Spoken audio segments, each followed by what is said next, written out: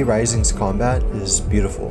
This video is going to be pretty different from anything I've done on this channel, and for all you new players out there looking to sink your teeth into the new Invaders of Oakville update coming on April 28th, please hear me out in this game.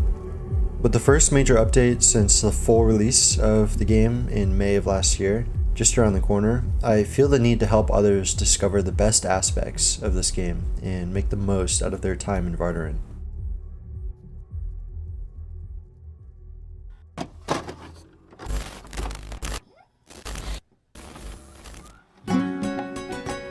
For me, it all started here.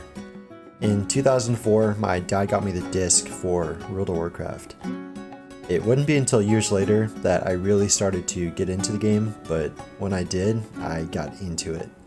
There was something so addicting about improving not only your character through gear and levels, but also improving yourself as a player.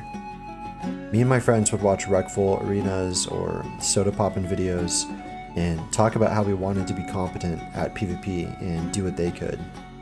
Of course, we never reached anywhere near that level, but my buddy and I got to a point where we could hold an enemy quest hub hostage, just the two of us, and that felt pretty incredible coming from what were once noobs.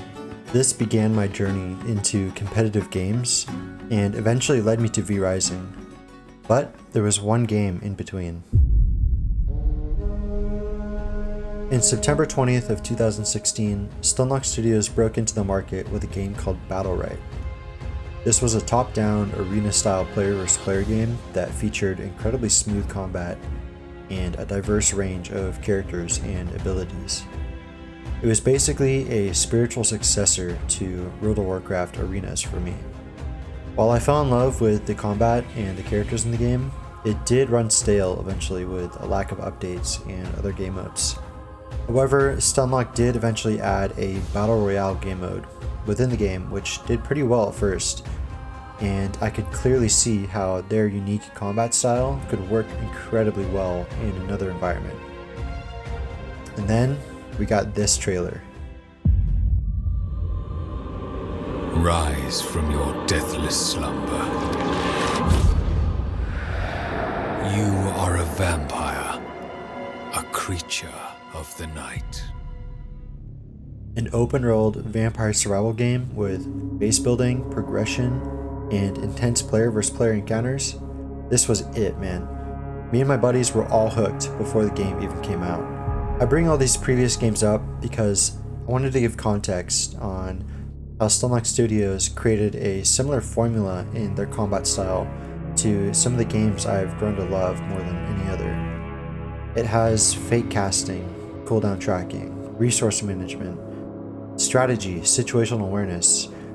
It has all these really cool things that these other games like World of Warcraft have, but in a more fluid and dynamic environment. If you don't understand some of those terms, that's okay. I'm happy to make a video in depth about those topics in 1.1 when that rolls around, but the point I'm trying to make here is the skill cap is not only incredibly high in this game, but it's also extremely rewarding. When I started V Rising, I had very little grasp on what was good, and there was also very little punishment for doing the wrong thing, because everybody was new. However, at this point, people like me have had a lot of time to practice and learn all these strategies, and get to a point where there's sort of this flow of gameplay that you don't really get at the start. While the gameplay is smooth and it is fun at the start, don't get me wrong, there is a vast difference between your playstyle and your confidence at the 100-hour mark and the 1,000-hour mark. I think a lot of new players sort of get chased away when encountering players who have been here since the start and have the confidence and skill to take these big 1vx fights and come out on top. But I'd urge those new players to ask them a thing or two, or find players more knowledgeable than yourself on your server and learn some things to add to your repertoire. On the other hand, if you're someone with thousands of hours of experience, I'd urge you not to just flat out dominate and be toxic to new players, but guide them a little bit onto the right path. After all, those of us who love the game enough to still be around, we just want more players to interact with, not less. I can't think of a single other game that blends survival, action RPG, multiplayer and the open world genres so seamlessly, and if you're looking for a game that meets that criteria, then I'll see you on the 28th.